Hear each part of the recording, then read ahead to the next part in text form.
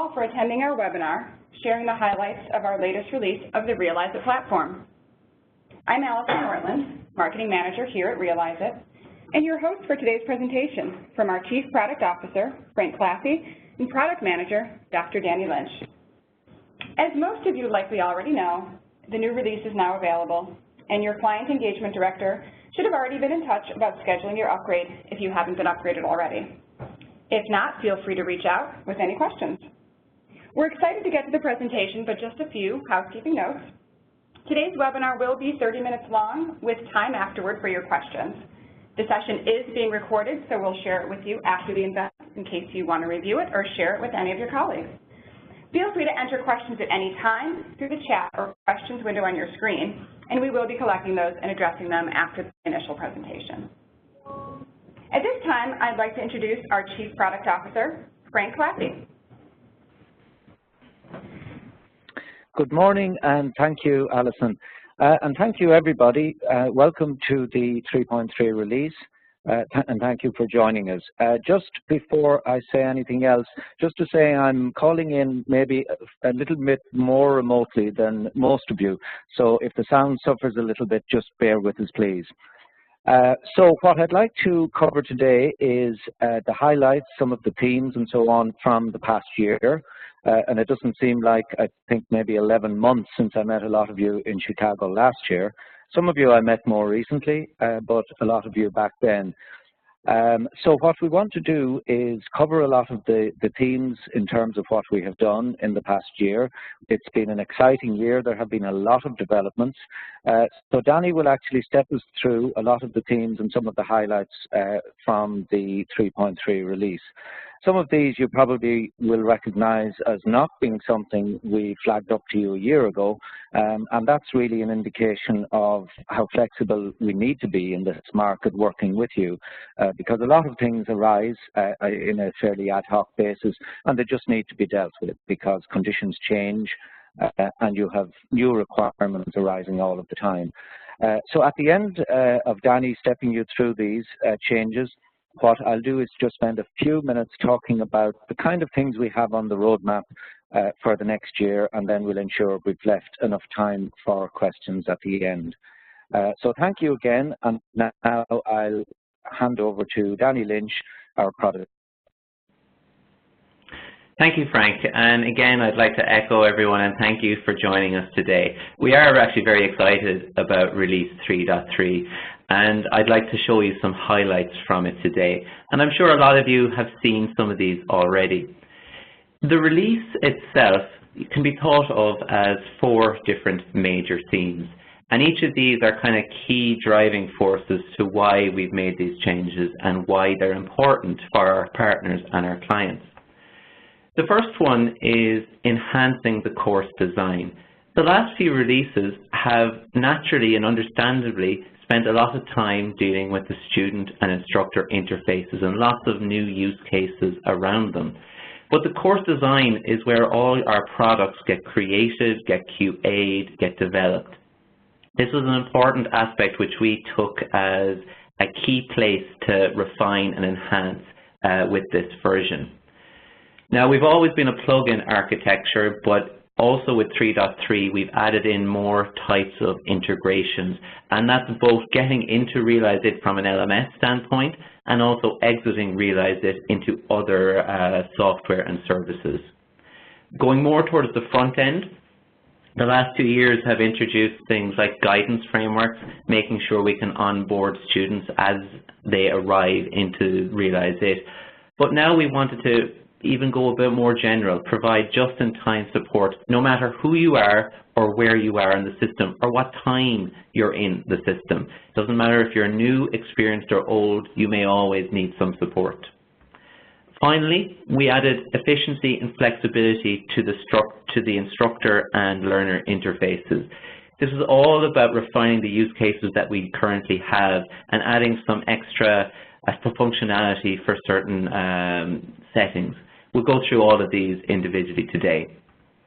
The first one, and I think the key takeaway from this, is the course design experience and the differences that have occurred there. What do we mean by enhancing course design? the first thing to really speak about is what were our goals for the design and development. We wanted to make it easy for the course developer. We wanted to have all the tasks that they complete to be simplified, making sure that those common tasks are easily accessible, while the full gambit of Realizeit functionality is also available to them. Now, this interface has been with us for a while, and we were happy to actually give it a facelift. Part of that facelift is nice UI, but it's also very purposeful to make sure that the information that you're getting through the interface is meaningful, so that the interface copes with the size of the courses that we have today and the volume of work that we have to go through. And this interface is to help with both individuals who might be doing the entire course and teams, big teams such as QA engineers who may have different aspects involved within it. Specifically, the features that assist with this course design is the product dashboard number 1. This is a landing page in Realizeit which shows you the products you recently have been working on or those that you've saved. I'll show you this in a moment as well. Beyond the product dashboard, there's also curriculum templates. Some of you may be familiar with courses that kind of repeat. Each new course follows a similar structure to previous ones. Well, the templates now allow you to create that node structure automatically without having to do it manually. Again, ease of use for those common cases that we consistently see. Now, our curriculum tool may even be called a curriculum workspace now, because the redesign is not just about viewing a curriculum, it's the active place where a lot of the course building occurs, the product building occurs. And so this space really is the exciting part that we've changed in this release. Finally, one actually quite small but neat part is the menu search and navigation. No longer do you have to remember where a certain feature exists. You can just type the first 2 letters and navigate to it immediately. So the menuing system is much easier to use now as well. So what do I mean by a product dashboard? Well, this is the dashboard which can be your landing page. What we're seeing here are 3 tiles, each one representing a different product, and each one giving you information on that product. So let's say you've just logged in again. You don't have to go find what you've been working on. You have it here. The most recent thing that you have or anything that you have saved will exist here. So you can quickly see what's happening with this product. All the versions are held in one place. Our product list and our curriculum list still contain all the information that you're used to, but this is made visible here for you to see what's happening. And you can do a number of tasks very simply from this page. Beyond just accessing the curriculum workspace, you can also just create a new product from here. Create a version for one of the existing products. For example, I have 2018 spring and 2018 summer. Perhaps it's time for 2018 fall. That's now a 2-step process rather than having to go find where it might have been in the system. So this dashboard allows you to do a lot of these functions without ever having to go to the back-end pages. If you wanted to refresh a product, you can also do that here as well. You can even see that the UI indicates where a refresh might be wanted because the base material has changed since the last refresh. All those details and dates, they're captured and shown here also. Let's actually create a product now. If I was to click on the Create button, let me do that here, click on the Create button. What I would get is just a simple UI asking for a name and possibly a template to use. As referenced, you never have to start from scratch with these new products. You can use the existing ones you've had before. That brings in the hierarchy, the prerequisites, and any settings you may have on the nodes. So those things that you've perfected, those can be reused. Now going into the curriculum tool itself, this is really the big UI change and difference. You're probably familiar with our old UI tool. The map still remains front and center. You have the hierarchy view and the prerequisite view as before. One of the bigger changes is there's now a redesigned sidebar with inbuilt tools. And this is where the tasks that are often used for product building come into play. The product I suppose the product context area that used to exist on the top right, it's graduated to down here, and it's much more available and front and center for interactions. The information, for example, we can see that there are 6 objectives in the product fundamentals of management. And if I want to see any of these, I just click on them. I can add notes to them very easily, or I can go edit them as well. I don't need to search for them independently, they are here. The other thing that's important is this is a workspace and not just a viewing platform for this curriculum. I can change this product and go from Fundamentals of Management to my business course, or I can add in a new curriculum into this workspace. So whatever product I'm building, this actually works with me. So it is very much not just view what exists, this is a place where you can create and build. And when we're actually selecting one or many nodes, we do get contextual controls available on the right. And again, this has been refined to understand which tools are needed more often, such as accessing the authoring tool. It's the first button up here. It's the most common thing we do, followed by preview. If you want to change the activity to submission, it's available right here as well. All the other properties you're used to, they still exist. They're still there, but we're making sure that that most common action is always available. And I think that overall gives us a sense of what the course design change has been. And I think an important one, as we're helping the course designers make these courses and make these products in the most efficient way possible. The other side, of course, with these products is how they integrate with the ecosystem that's around them. And that's where 3.3 brings some extra advantages with deeper connections with that LMS. In the last year, the IMS Global has released what they're calling LTI Advantage, a new version of LTI, which can save time in the course provisioning process. This is the process where you're originally creating the course in the LMS, and you need to link it to the LTI service, which is Realizeit in this case. So there's a lot of there's a lot of advantages to this actual service. The other side of our integrations is we've now integrated a lot of experiential learning activities into these courses. And I'll actually show you some of these so we know what we mean. Just in terms of the key features, LTI Advantage, as we said, is the spec that came over the last year, and we're keeping up with Advantage as the spec continues. The 2 services that we're certified with 3.3 are Deep Linking and Names and Role Provisioning Service. And again, here are some examples of the experiential learning activities. For those who might be wondering what are these integrations, let me just give you a high-level map of what this means. The LMS plugs into Realizeit, so any students who are in your LMS can come over to Realizeit to do their learning. And this plug has always existed, but LTI Advantage makes the plugging a lot easier in this case. But once you're in Realizeit, there are a lot of third-party services that you may need, and these come up in differing points. One of these points is a tutoring service. This exists in 3.2. Another is plagiarism detection with submission. And now another possibility is experiential learning as well. So let's have a look at some of these. Now I've actually pulled some slides from the IMS Global page just that describe what these services mean. And if I was to simplify this one a bit further and describe when you're, let's say you're connecting a course in an LMS which has 10 links to 10 objectives in Realizeit. Before, you'd have to do each link independently and connect them up. Now, after you do the first link, the other 9 come back to the LMS for connection. So there's a quickening of pace. Deep linking also allows the next version of the course, the next edition of it, to be much simply connected as well. Now the requirements here are to have the LMS be LTI Advantage capable and the tools be LTI Advantage capable. We are at this point, and we know some LMSs are as well, so we're actively engaged in those, in working with deep linking. The other nice change to the LTI Advantage is the names and role provisioning.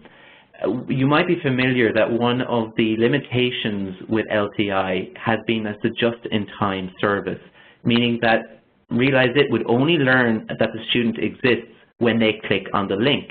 So any student who hadn't clicked the link, we wouldn't know about them. Now, we actually can have a full syncing between the LMS and Realizeit, meaning that the instructor has the same information in both places. And it also means we can warn the instructor when there are a number of students who haven't started yet. This means we have accurate data, and a lot of the other analytics follow suit just from this. So we're very excited for this piece as well. Now, just to mention about more going LTI out from us, imagine you're in a lesson, and this lesson could be in any course such as math, computer science, business, engineering, and you require some specialized content, some specialized service or tool. These can be connected in through these lessons where the student is shown the information, they can open the content, and they're presented with the material, whatever that material might be. The interface that you see here is completely dependent on that third-party tool. This is an example of one of a fire safety and prevention mini course that occurs in it. And as part of it, a grade can get passed back to Realizeit, and that grade can influence the rest and flow of your mastery also.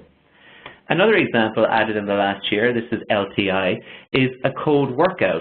Perhaps you're doing a computer science course, but you still want an IDE to test certain types of questions, an IDE that can actually respond to the coding and the examples that you've put in.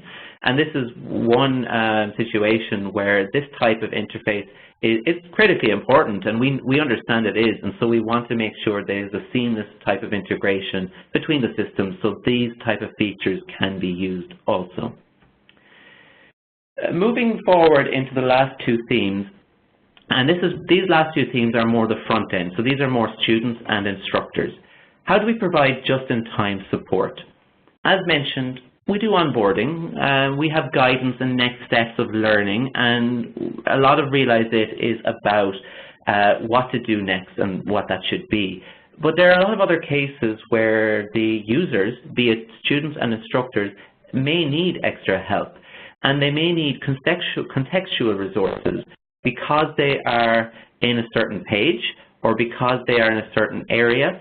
They actually need certain information at this point in time. And we know from working with our partners that institutions have their own resources and they have their own guides. And what this allows is it gives you a place to put these guides and to place it so it naturally becomes part of the overall interface. It no longer has to be out of band. Just to give you an example of what this means, so the 3.3 features that speak to this are the ability to contact support services and the information frameworks. Really, what we mean by information frameworks, it's a place to host your information. And what I'm showing here in this animation is what can change on screen when you arrive at a place that has information. It can animate onto screen, showing you that you have information available here. Let me show you the feature in general. So let's say we are logged in either as a student or an instructor, and the information framework is configured to have help available generally. And by generally, I mean it doesn't matter what page you're on, it's just available to you. And it should be always available to you. Well, the drop-down menu now has a help icon, and this help brings you to that information and lets you see and consume as needs be. Now, the other side, of course, is the contextual help, and this appears only when you're on pages that warrant it. So an example might be as shown here. When the student arrives on the Node Details page, we want to make sure that they have this extra information available to them. It animates onto screen as before, and once they click on either of these, either in the general or here, they'll get the information that relates to it. Now, the information can be anything. It can be just text, it can be images, it can be videos, it can be embedded videos from YouTube, it can be documents. Anything that you want to provide to your students can be categorized, frequently asked questions, differing cases that each institution has. Certain times we find that a partner will use a feature in a different way, and to make sure that's understood and available here as well. To give you just some examples of where this can appear, you could set this that this appears when you're in Determine Knowledge or when you're in Verify Knowledge to help explain what's happening at the moment, some extra information. This could also appear for instructors when they're in a rubric, for example. So depending on where you are, you can have this information be there and available. One of the nice things as well with this is we do track the usage of these, so you will be able to tell how often this information has been accessed. And that truly is very valuable in helping us and yourselves assist with what areas do our users struggle with and making sure that it's as easy as possible. Finally, let's go on to the last theme, which is the adding efficiency and flexibility to our interface and to the types of activities that occur today. The big piece that's been added in here is there's now new course management tools for instructors. What this allows instructors to do, if enabled, it allows them to change the due dates and the rules behind some of the activities. And what it really does, I suppose, is it controls for exceptional circumstances and even special cases. We're all familiar, of course, with the Southeast where there was hurricane season, for example, and naturally and understandably, times have to be changed. Naturally, the instructors wanted to do this on the fly themselves, and this is one way in which they can now do that. Equally, there can be special cases for any number of reasons. As the given time for finishing an objective might be this Friday, but a special case for this student could be allowed for the following Friday due to a bereavement or anything that might be deemed acceptable. And that is now can be made up to the instructor. The other aspect that we've added in is making sure that we can quickly find learners and content. And I'll show you some of those search pieces in a moment. Finally, we also wanted to add more agency for learners, especially in cases where they want to reference material and not necessarily learn material anymore. And again, I'll show you that as well as we get through this. So the specific features that came through is the managing courses. You can now change the assignment rules, change the due date, and change individual permissions. We also have a bulk download for submissions, so no longer would you have to download each one individually. You can now download them in bulk in one click. The search options we mentioned and the review content will show at the end. So let's have a look at these. Now, the manage assigned items, just to be clear, is something that can be enabled. It's not on by default, but clearly there's controls that are added into this, but certainly it can be turned on. And what it gives the instructors is the ability to manage the course. They can search or select the items that they want to adjust, be it objectives or assessments that are in their product. And once they select them, they're brought to a page where they can edit the details generally or for an individual. For example, I could change the dates for the Introduction to Management objective and say the end date is now 2 weeks later. I could also change the details for an individual, saying that Sarah should be given an extra week, and that change can be reflected here.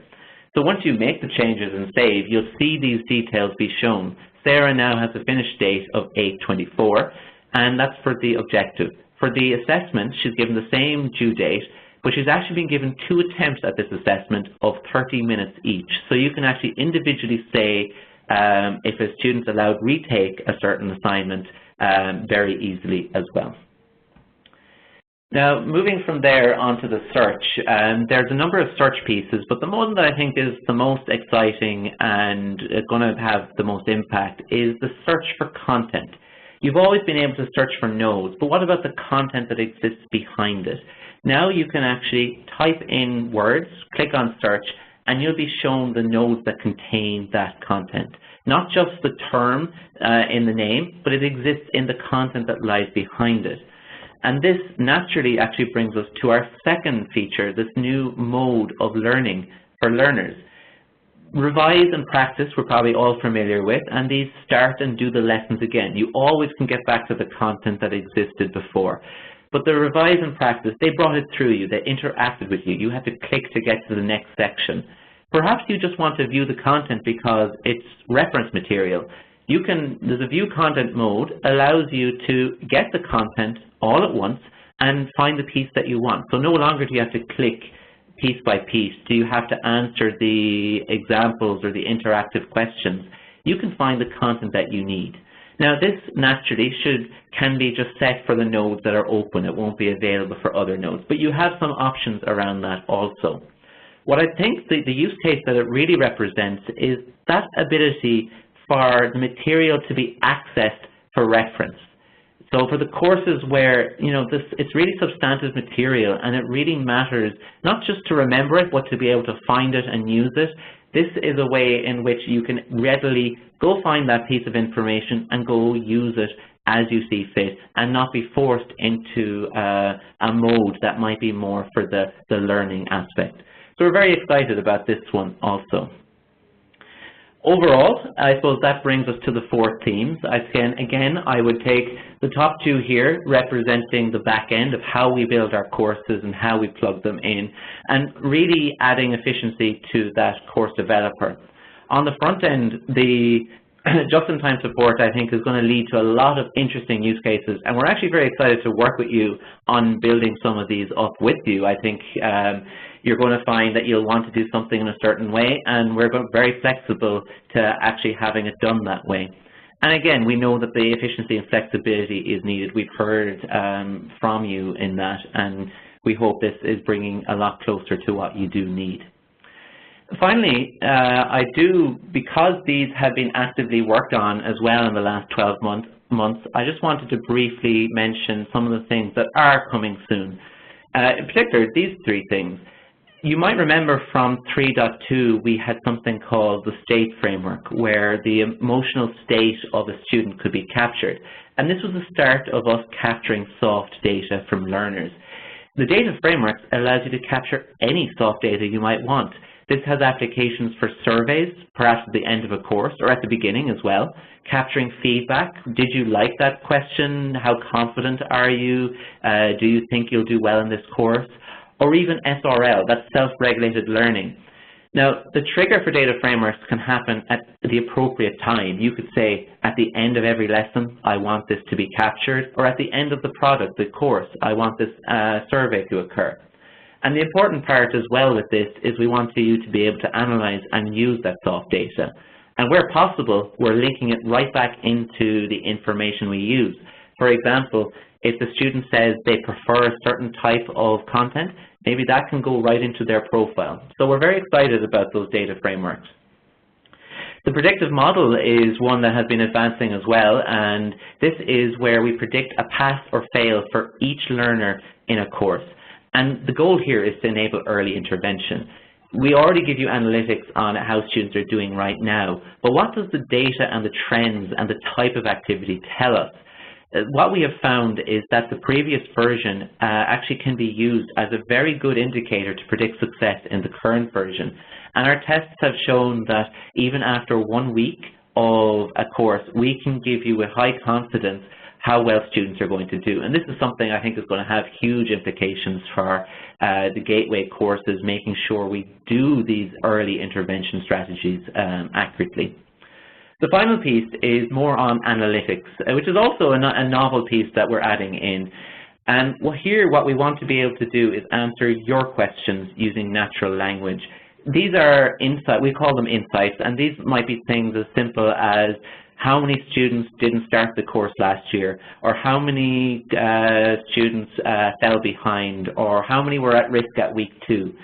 These are all questions, and rather than getting the data and trying to work out what the answer was, we're doing it the other way. We're filling in the questions first, and we're bringing you the data, doing the work, and giving you the answer. And so all you have to do then is type in, I'm interested in learners who failed early. We'll give you the information, what occurred, what there is there.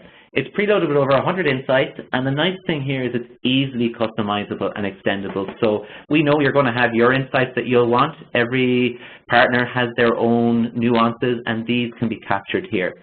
And really where this is going is this will power the next generation of custom dashboards, this type of information. So with that, thank you for your attention. I hope we've given you a lot of insight to 3.3, what's involved, and I'm sure you'll have loads of questions over the coming weeks as you start using it. Frank does have some comments, I know, on the last slide here as well, so thank you. Thank you, Danny. I'm sure Alison will be watching the clock and will probably tell me I'm out of time very soon. But I'd just like to maybe say a little bit about 1 or 2 of these themes here, which I'm particularly excited about. I think if first of all, you know, it's responding to your needs. To us, that's the most important thing. So continue to tell us, you know, what you require, as opposed to, we do come up with a lot of ideas, but most of the ideas are coming from you, and we work with you to try to bring them to fruition. So one of the things, Danny, a few of the things Danny mentioned, in fact, indicate what we've already started doing. I suppose the things you're familiar with Realizeit for are things like where we came from in terms of rigorous measurement of knowledge acquisition, collection of evidence which would drive the decision making of the system, to help remediation, to allow students to practice, and all of that good stuff. You know, with the aim of serving student success, because, you know, your success and your student success is what drives our success. So that has been very important. But I think where, if you pick up on a couple of the things that Danny mentioned, we have been moving a little bit towards going beyond that and starting to look at the learner as an individual, and looking at the learner's behaviors outside of just the use of the system as a learning tool, if you like. So Danny mentioned the state frameworks, which are now starting to capture the effective states of students. He also mentioned, you know, the ability to, if you like, capture more data from students. So that's where the term we refer to it as is data frameworks, where you can decide, well, what data do I need to capture about the student, about their learning behaviors and so on. How much of that can I capture in surveys, and how much of it can the system intrinsically capture itself. So, you know, there's a lot of new ways of teaching. You know, a lot of people are now moving to active learning. A lot of people are interested in things like self-regulated learning. We don't have any particular pedagogic approach that we're espousing. What we're trying to do is provide a framework where you can, if you like, implement whatever your pedagogic theories are. And we're trying to broaden that and bring that into a lot more areas beyond just the acquisition of knowledge. One other thing I'll just mention is the second last bullet there, which is new use cases, because we continue to be surprised by the number of new ways that people want to use the system. Even though they may have been with us for 3, 4, 5 years, you know, you are all the time coming to us and saying, is it possible to build a course and to structure a course and have this kind of a learning experience for the student? And as a result of that, the system is now being used in a myriad of different ways. And sometimes maybe what we haven't been doing very well is letting you know what those ways are. So over the next months, what we're trying to do is put together those kind of things. In other words, tell you these are the kind of cases that some of the other users are employing at the moment. Describe, you know, why are they using it in this way, what is the aim of the course, and what is the aim of building it that way. So that's some of the things we're trying to get out to you. They're already in the system, if you like, but make you more aware of it. And finally, thank you very much for joining us today. And as I say, continue to tell us what you need going into the future.